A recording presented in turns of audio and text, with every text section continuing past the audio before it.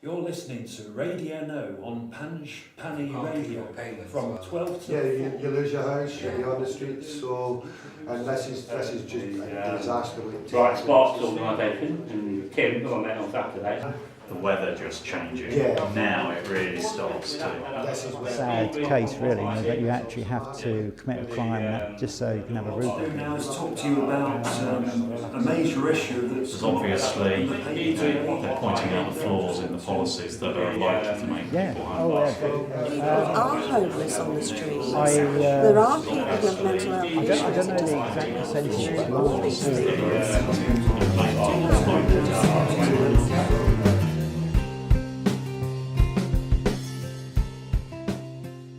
Down Not Out, DNO, is a news agency that was created in partnership between Action Homeless, Citizens Eye Community News Agency, and the Big Lottery to create a news agency for and by homeless and vulnerably housed people. The objective was to ensure a stronger voice for homelessness. So by providing different forms of media, the newspaper, the website, film, we were hoping to get a stronger voice from the people about the issues that are important to them. it's about challenging perceptions, it's about challenging preconceived ideas about homelessness. It's an helping ground for people to boost their confidence and find new skills. You meet new people, friendly people, and they know what it's like to be homeless. I like the way they offer a chance for people to improve and get more confidence in doing something they enjoy and finding themselves, really. This organisation is tremendous. It really, really works, not just for me, it could work for anyone out there that is homeless or in vulnerable housing. Hardly anyone has less of a voice than homeless people. You know, most homeless people can't even vote. So then you do feel like it doesn't matter what you say, it's not going to make a difference, and what you say isn't important. So giving homeless people that voice again and letting them know that what they say and do is important is like life-changing. There are lots of issues in this country that need attention, and generally the press ignores them, or they'll touch on an issue and then go away and do something else. Whereas I think if you're constantly there batting away and saying, look, this is something that's important, please pay attention, maybe, just maybe, you're making a difference. So we've covered everything from, you know, the government plans for homelessness, the benefit cuts, the bedroom tax, to abuse, child trafficking, mental health, domestic violence, everything that's related in any way or, you know, is the people are affected by, we'll report on it. We can at least say, well, we're at least doing something about it. We may be taking a pea shooter to a tank, but we're still firing. Down Not Out started as a way of giving homeless people a voice in the issues that affect their lives. That's the simple message it started with. We're the people who know best, so we're the ones that are sort of living it, we're the ones that have experienced it, and we know what could improve and what couldn't improve. You don't have to speak on behalf of us. We can speak ourselves. My first experience of homelessness is going to an organisation and asking them for help and advice. And I left there feeling like a part of my soul had been destroyed. I went in as quite an educated, well-dressed, well-rounded person. How are they treating other people? And I was not just disgusted, it just instilled a bit of fight in me. Like, let's do something about this and let's not let this happen to anybody else and let's speak up about it. Mags is really important because she is the total linchpin of DNO. She has been there from the very beginning.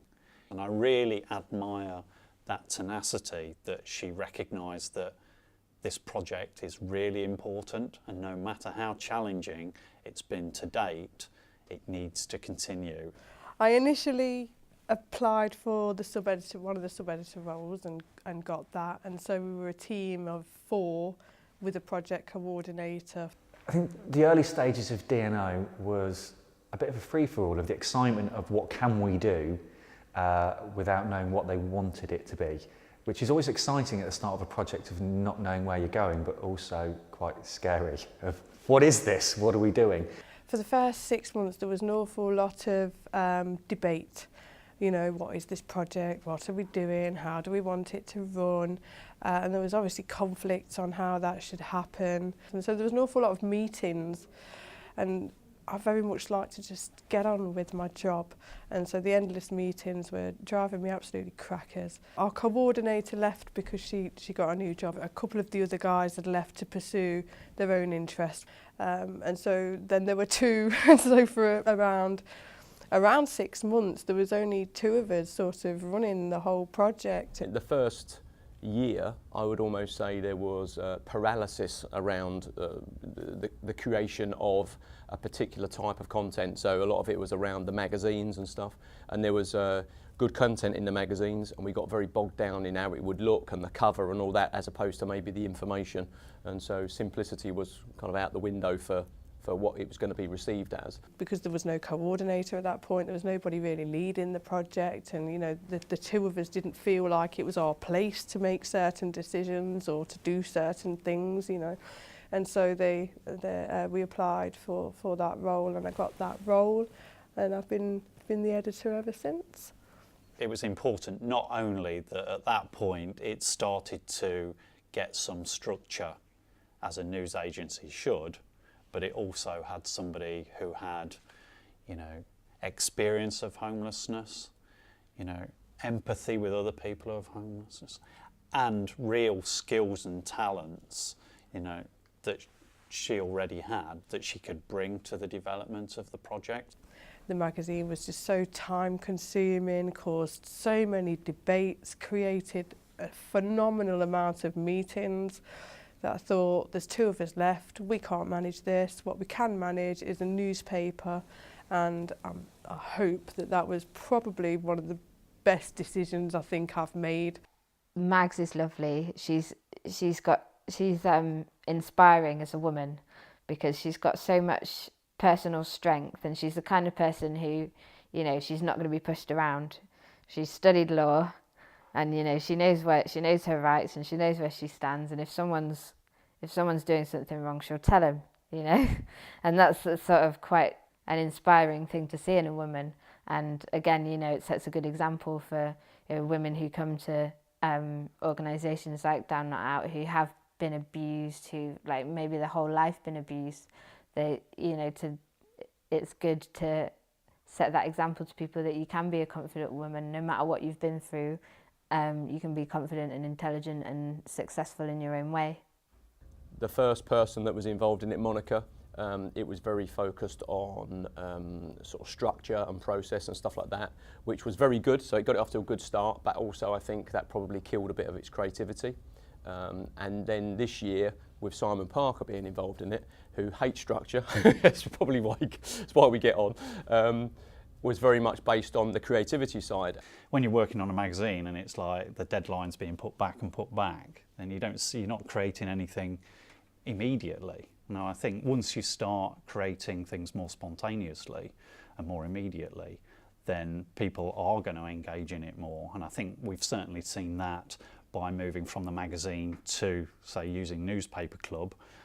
Certainly from, you know, getting people's stuff onto the website. I mean, they can just write it can be up in, you know, 10 minutes. And also the radio. On Tuesdays we have the editorial meeting, which involves us all sitting around a big table and basically batting ideas across to each other. Happy madness.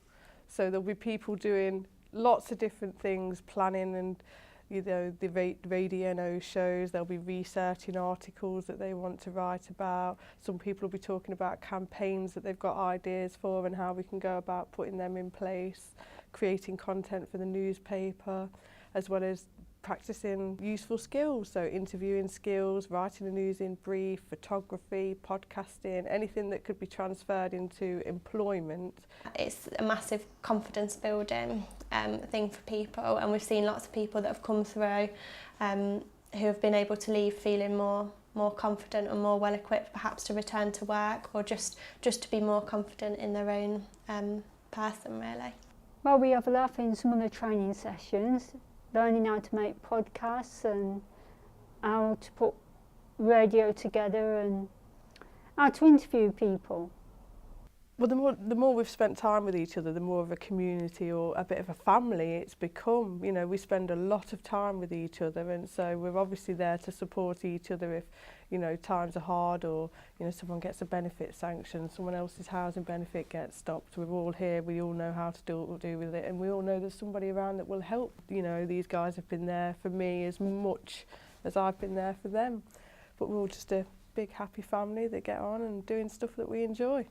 I think they're really special, and you know, really got something to offer to me in my life. Before I come into the media, I'd have probably thought, you know, I wouldn't have actually met them people before, and they've really helped me, really. We're like a family, you know, and I mean that. You know, I can't stress enough how much this team has meant to me. I first met Craig about a year ago. He came to the Tuesday sessions and was very quiet, and he's always a very pleasant person that's very nice to everybody, but you could see that he wasn't having a good time behind all of that. I lived in a caravan site in Colville. The landlord wasn't too happy, and he gave me 28 days notice. Now, that put me in a right predicament, because I thought, right, what am I going to do now? You know, I'm going to be homeless if I don't find anything pretty soon. And on the very last day, actually, there was something that came up, a hostel in Leicester. I wasn't homeless as such, but I was in temporary accommodation, which was a bit precarious. He feels very alone as a result of everything that's gone on in his life, and he kind of is alone in everything in his life, and this is the best environment for him. Everybody's had a bit of a tough time, but we're all in it together, and it's a good way of him interacting socially with other people. And now he's nearly better than me on some days. Lately I've been presenting on radio, which is a confidence booster for me, because when I first came in here, I was absolutely petrified. Couldn't believe it. I was shaking and what have you.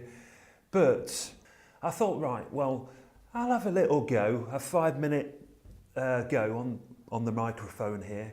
And I thought it was great. So I've been sitting here for about an hour presenting my own show.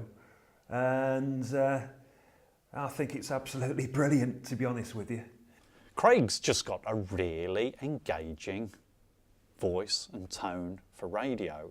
I mean, he's a really amicable and personable guy anyway. But that has transferred to the radio in a really, you know, almost a seamless transition. He's just a natural. I was interviewing a singer-songwriter.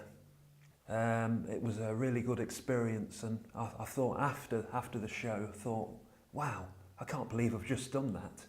And Scattergood, that's his name, I think, said how good that actually went. And he said, how long have you been doing this kind of thing? I said to him, this is my first show, and he said, well done.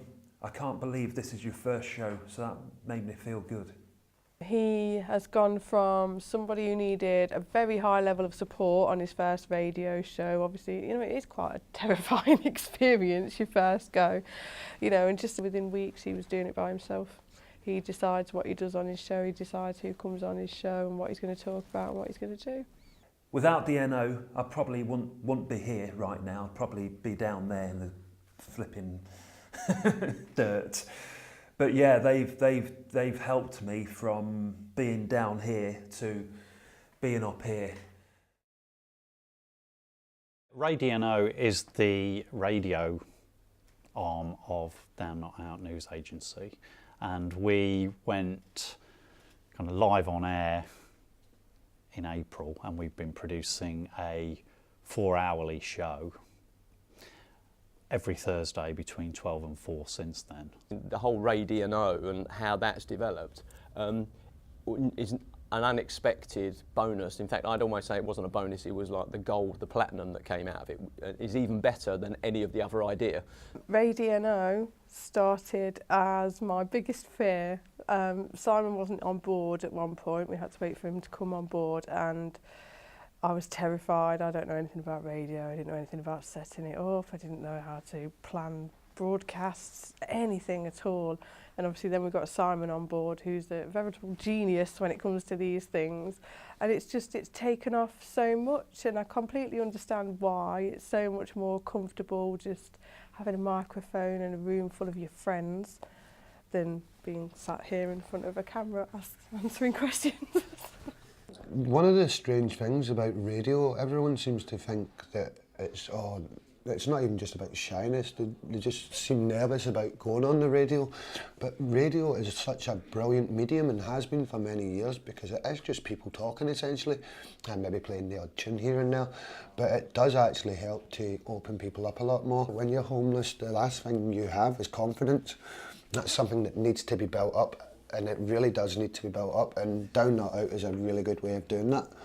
It was a real surprise to me, I think, the fact that out of all the things that had been, proposed in Down Not Out, that radio would be the one that probably captured people's imagination the most, and people wanted to get involved with the most, and probably, listen to the most. So that was a surprise to me at first, but then when I actually started looking at the reasons why, I think it probably becomes more obvious.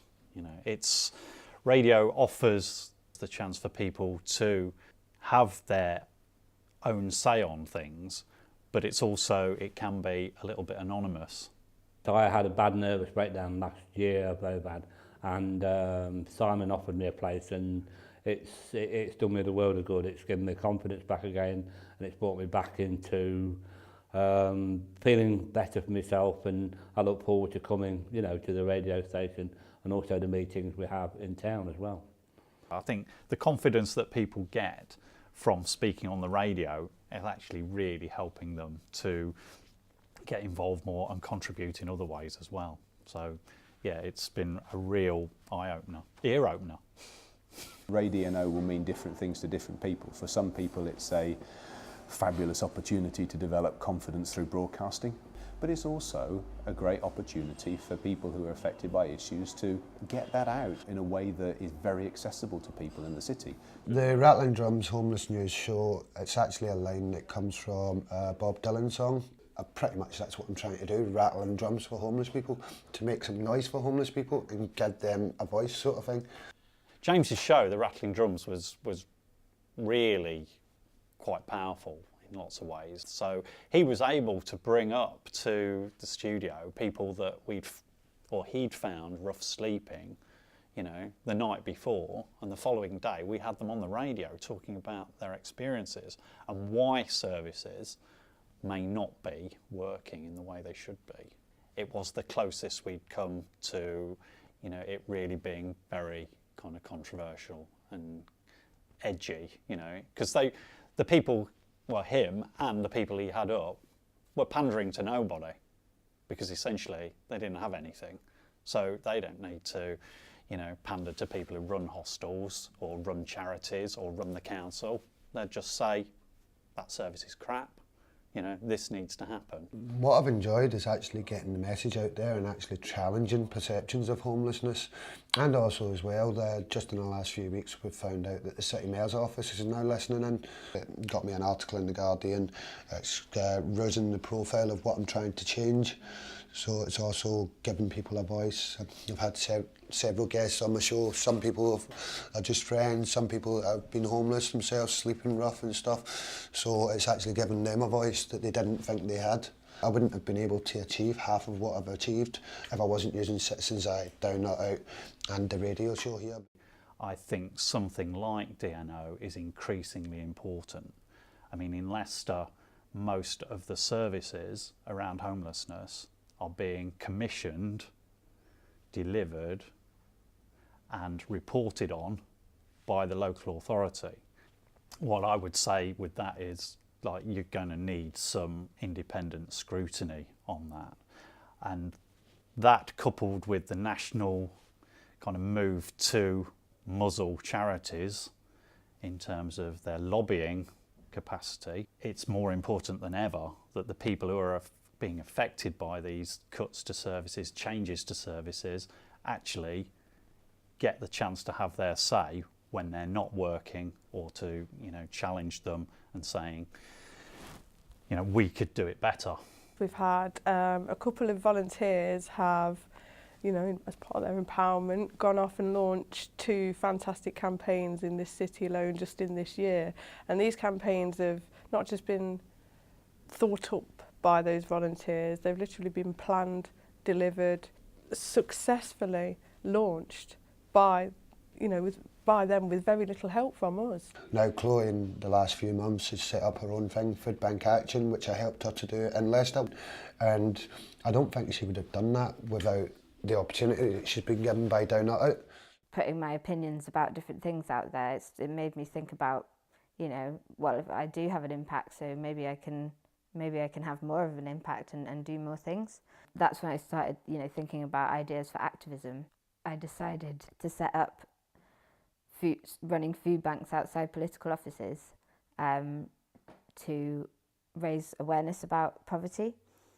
When I first met Chloe, she was quiet, quite withdrawn, sort of checking everybody out and checking the situation out and not sure sort of maybe about herself and what she wanted to do.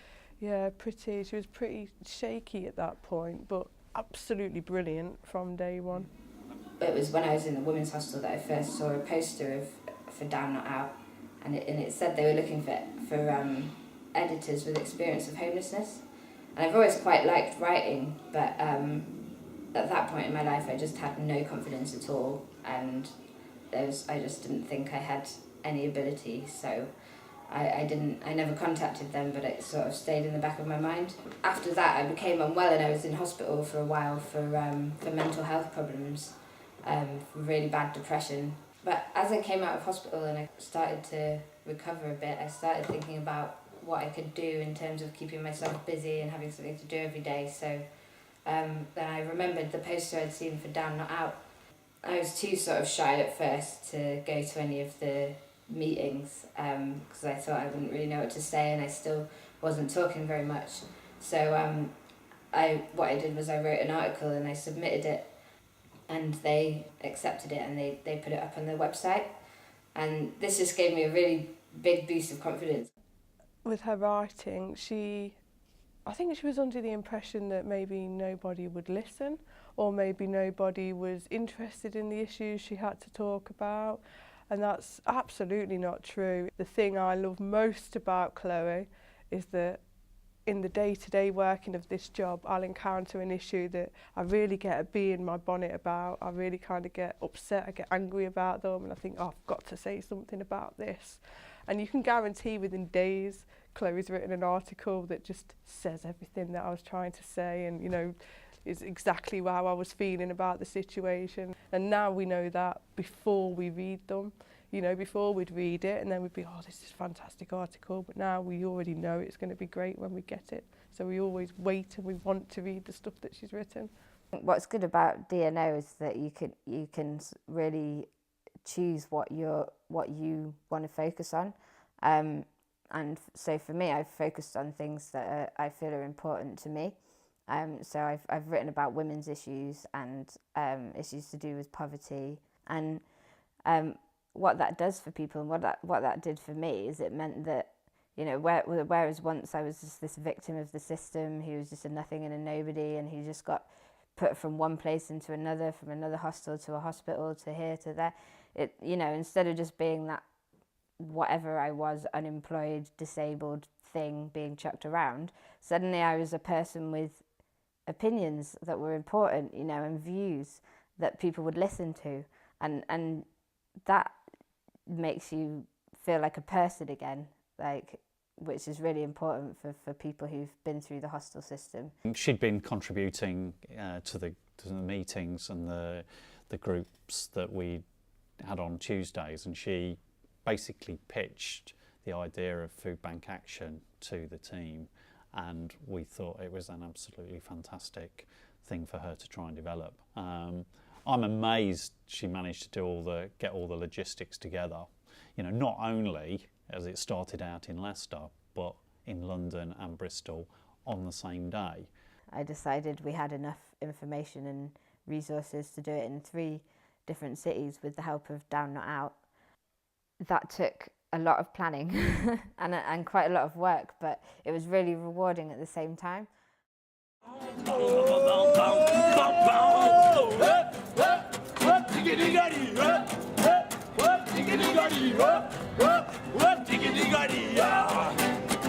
spent the last history wanting to be a ragamuffin MC like Dr. Kerry. I spent the last history wanting to be a ragamuffin MC like Dr. Kerry. I spent the last history wanting to be. But I never would have done this if it wasn't for Down Not Out. I wouldn't have thought of it for a start. So it was really becoming more interested in media and following the news and being encouraged by Down Not Out, because that's what's really important. That Down Not Out encourage you to do what you're good at and what you believe in. So I wouldn't be here today if it wasn't for them.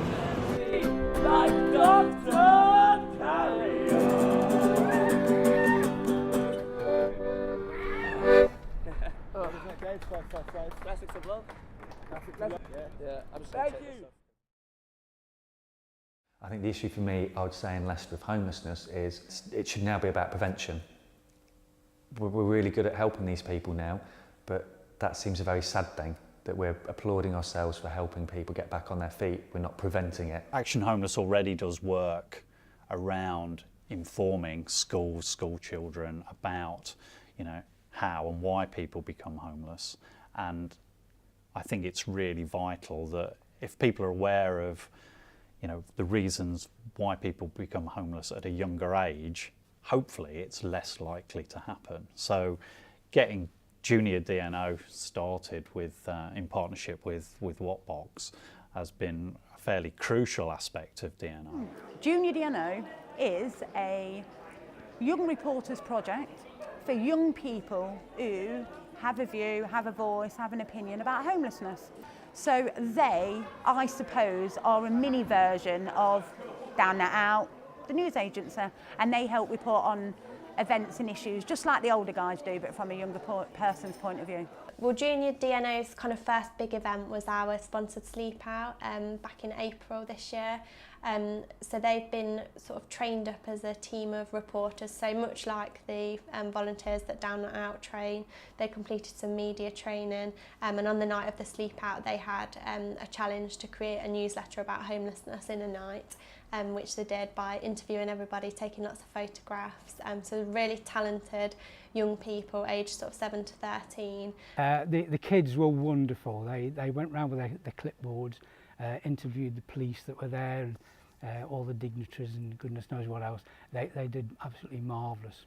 It's important because the next generation of people are going to be really important in addressing and tackling and hopefully eradicating homelessness in the future. Let's catch people now when they're young so that they can make a difference for the future, and I think that's what Junior DNO is also all about. The work that DNO does that is not necessarily able to be seen but is really important, I think, is the work that we've been developing with HMP Leicester and the Youth Offending Institute in Leicester.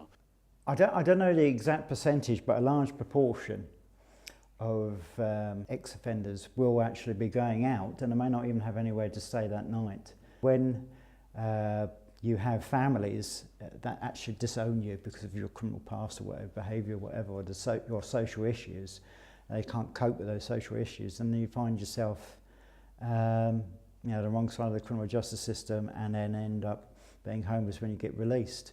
By the grace of God, we get regular content from that prison, and you know, people, you know, they may have committed a crime and be in a certain situation, but they too still have a voice, and they too still deserve the same sort of advice and guidance that everybody else deserves.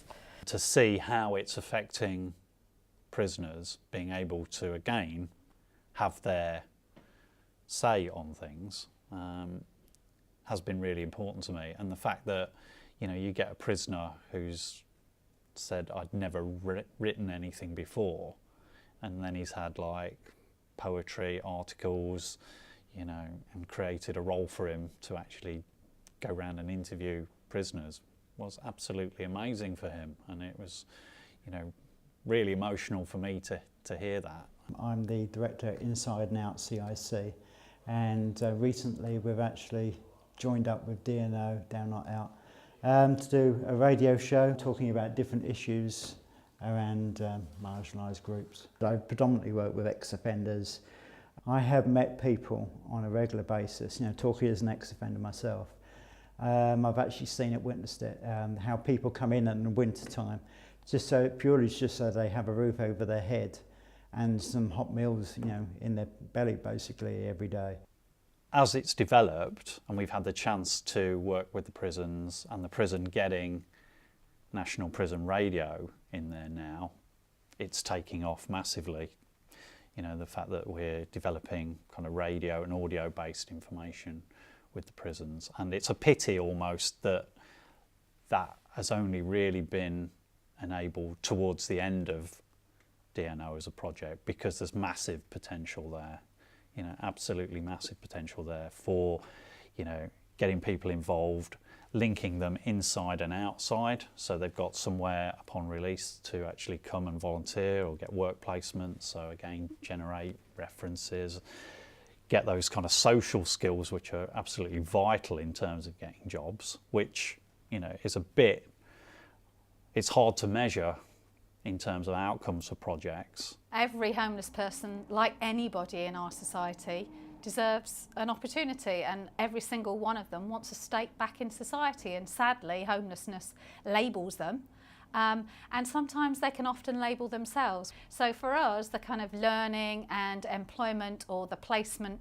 opportunities and the kind of reskilling, or actually making sure that people feel confident again about the skills that they used to have but maybe they've not used, and it gives them incredible opportunities to explore things that they've not had a chance to explore, and do things that actually ordinarily they'd never get an opportunity to do. So of course I love Down Not Out.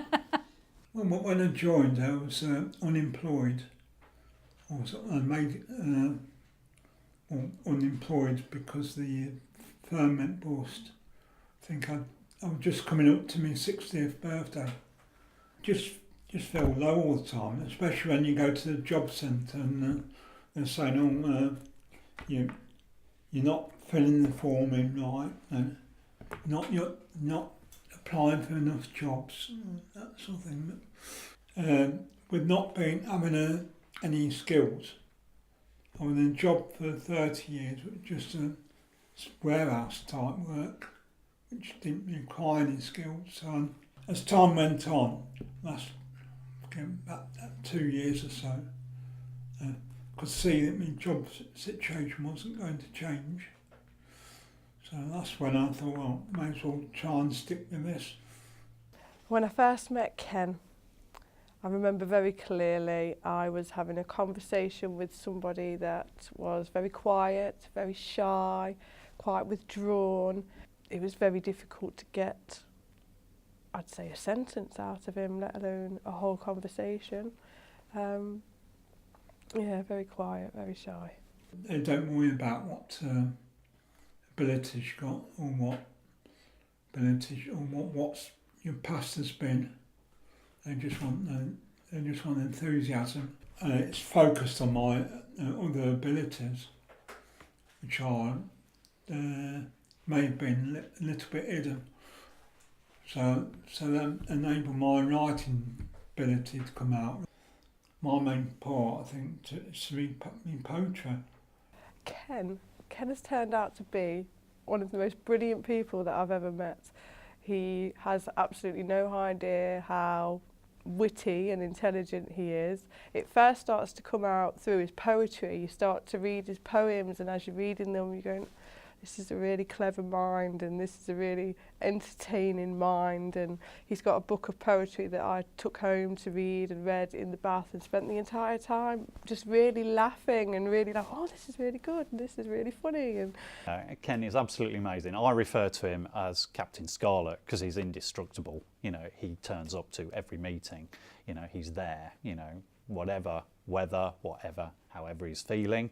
You know, he'd been diagnosed as having Bell's palsy, so he was having real struggles in speaking. Yet he still turned up, you know, a couple of weeks after that to the radio, and I asked him if he wanted to try to sort of like read one of his poems on the radio, and he said, yeah, he always says, I'll give it a go. It was close to Mother's Day, and then Ken read his poem entitled Mother, and we just had to cut away. I just had to say, I can't say anything, we've got to go to a piece of music, because it was so emotional. The more that we sort of gave that positive feedback, the more confident he became in doing it, and you know, and so confident in the fact that he's now on Kindle. You can buy his book of poetry, quill to ink to paper, on Kindle.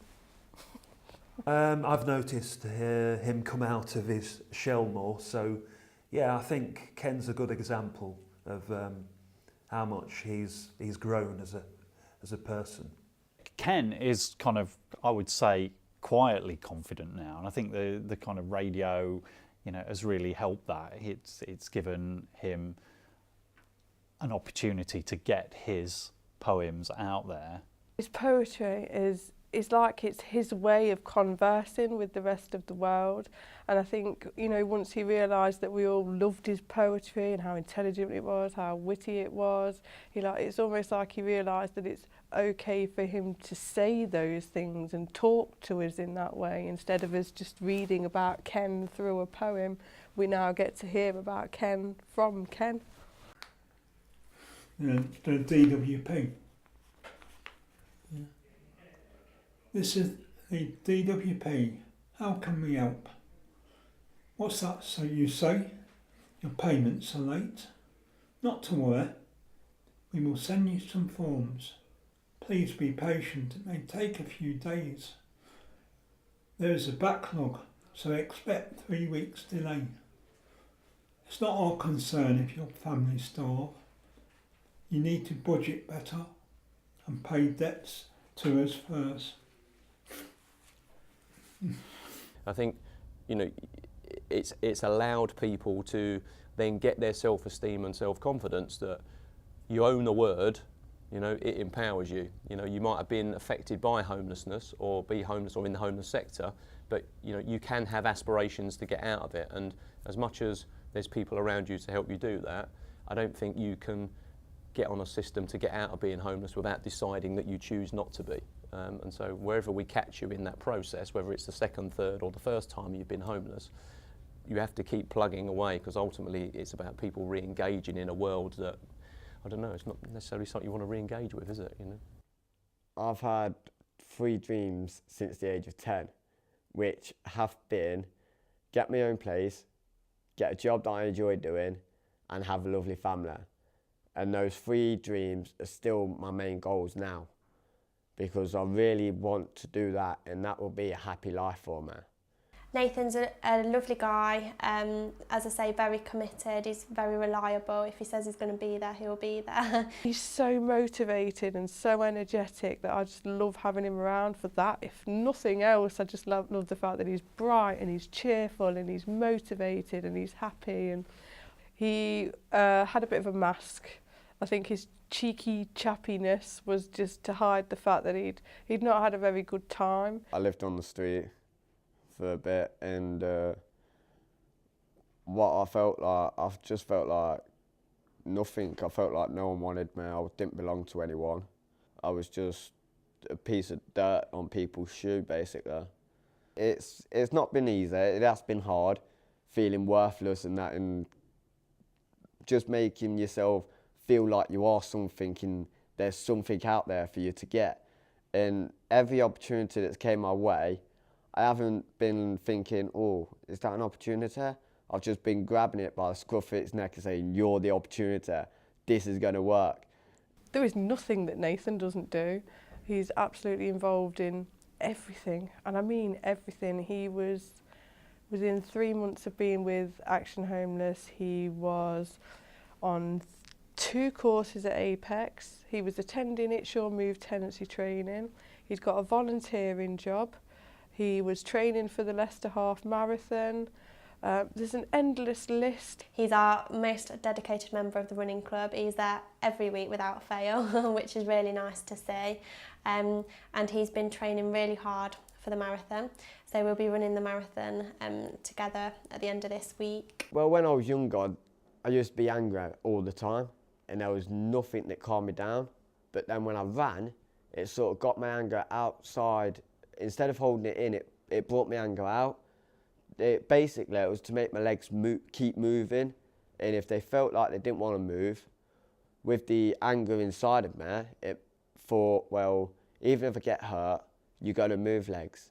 And they just kept moving and moving. Did the first training session, and I barely got to the end of the park, and this is just one side of the park, not the whole course, and I was wheezing, I was out of breath, I was exhausted, and he's just, you know, happily plodding past you, just, come on Max, come on. And in the end it turned out that he was the one motivating me and trying to encourage me and, you know, get me to get involved and give it a go. And you know, all the way around the field, I'm thinking, hang on, this is the wrong way round. Doing it is going to push me because I haven't done a marathon before. But I should be able to do it. Everyone said that I could do it. With everyone saying that, it's just like picked up my confidence and think, I can do it. Nothing's going to stop me.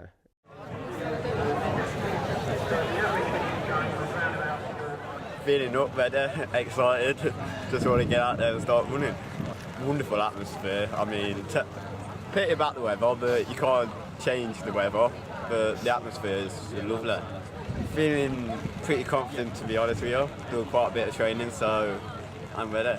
I'm looking forward to actually completing it and just thinking about how much proud I'm going to feel when I've finished the race. Brilliant turnout, well done. Fantastic. I was just thinking, come on, I'm nearly there, I'm going to finish it, I'm going to finish it. Bite the pain, grit your teeth and just get there, get there. You've probably seen the expression on my face, like, come on. I'm happy that I actually completed, finished it, and yeah, it's the right time at the end of the day.